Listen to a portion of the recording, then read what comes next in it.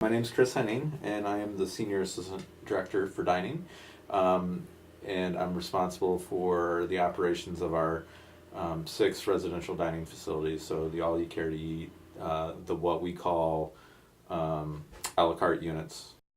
Right before I started, we had a meat cutting department, a produce department, a bakery. So I was coming into the university kind of on the cusp of some changes.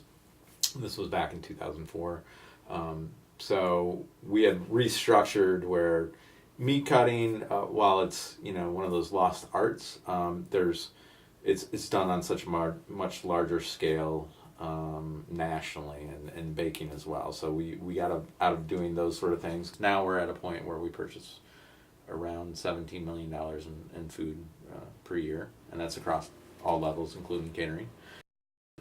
So I always use the example of a chicken tender because there's varying qualities of difference in them, and the person that taught me how to do the job was like, you can buy everything from a buggy to a Rolls Royce. It's all about how you write your specification. We've always spec'd like really high quality items. For example, of all of our beef products that we purchase are a grade of USDA choice or above. Some institutions aren't like that, but long story short, learned how to write specifications, and that was really the driving factor. When it gets to purchasing, they're really looking at what's the cheapest product.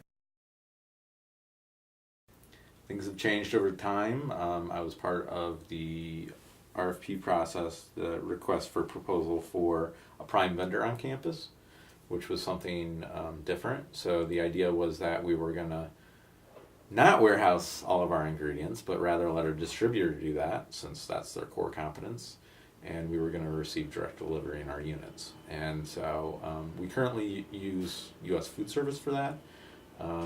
They account for close to $10 million worth of our purchases. So they're large, but we still utilize other vendors for specialty items. So we have a separate produce company, we have a dairy company.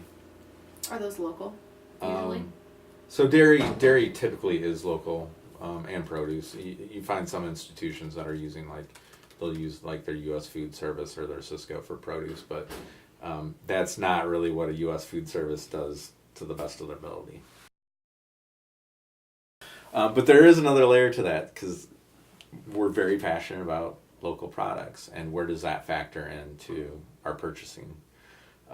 So our procurement laws in the state do allow for, if I have 2 vendors that come to me and there's a 10% difference in pricing, we're allowed to go 10% above and beyond the lowest bid to buy local. So that is one thing that we're able to utilize. The other thing is we develop these partnerships. So we'll reach out to Central Illinois Produce and we'll say, hey, look, we love using you guys, but can you go out there and can you find a farm that's local within our community to use? The person that's doing procurement now is also really passionate about sustainable seafood. So when he's going to U.S. Food Service or a Cisco, he's saying, basically, can you go out and find product that's MSC certified or has the standards that we're looking for to make sure that it's being harvested in a responsible manner. I was a little apprehensive because growing up in Illinois, as a child, I was kind of an outdoors person and fished a lot with my mom, and so I had kind of these preconceived notions about what carp was. Mm-hmm. And when I think of carp, I think of the German bottom feeding variety that's really muddy and not edible. And so there was an education piece that went with this, and so the carp that we purchased, the Asian carp, is it's a filter feeding fish, and it's really closer to, I think the flesh is closer to say a cod, even though it's really super bony. And there's all these great things about it. It's low in some of the heavy metals that you might find in say tuna or something like that. So a healthy product, when I kind of opened my mind and tried it. I was like, this is actually really good. We need to figure out a way that we can utilize this. I think we have kind of two different camps. We have students that maybe they're international students and they've seen this before. They know what it is, so they're going in. They like seeing the product, and then we have students that we need to educate. And that's the piece that we're trying to do a little bit better at, because I think when people approach something new, the first instinct as humans is, I'm not going to try that. I'm not going to like it. So figuring out a way to do that safely for our students is something that we're working at. The farm, they're not organic certified, but they grow in an organic manner. So it's really difficult to get the certification because the surrounding plots are test plots, and they're using different fertilizers and such that might blow into the area where we're growing. But for the most part, it's organic. I think the better question is, who is it available to? But there's a disparity between what low income can afford, what they're buying.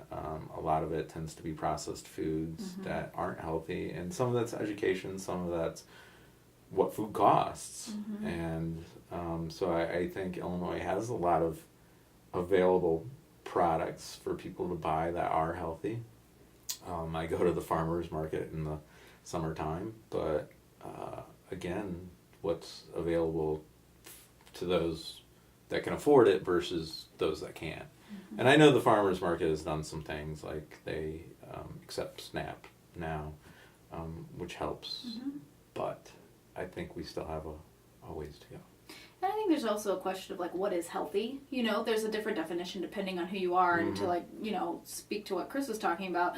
A lot of people elevate the terms like non-GMO and organic and all these things to this level of this is healthier than this, but for any population really, in my opinion, is it healthier to eat non-GMO carrots or to not eat carrots at all because you can't afford non-GMO or non-organic carrots? To me, I want you to eat carrots whether or not they're organic or not, and I don't put a level of health on whether something is organic or GMO. So I think that the question of are we healthy is dependent on who you ask. To me, I think that we live in a state where there is a ton of farmland and there is a ton of opportunity for healthy food to be grown, organic or not. And I think that like what Chris said, is it accessible to everyone? And that's kind of what people probably need to be working towards, is accessibility for healthy food to all.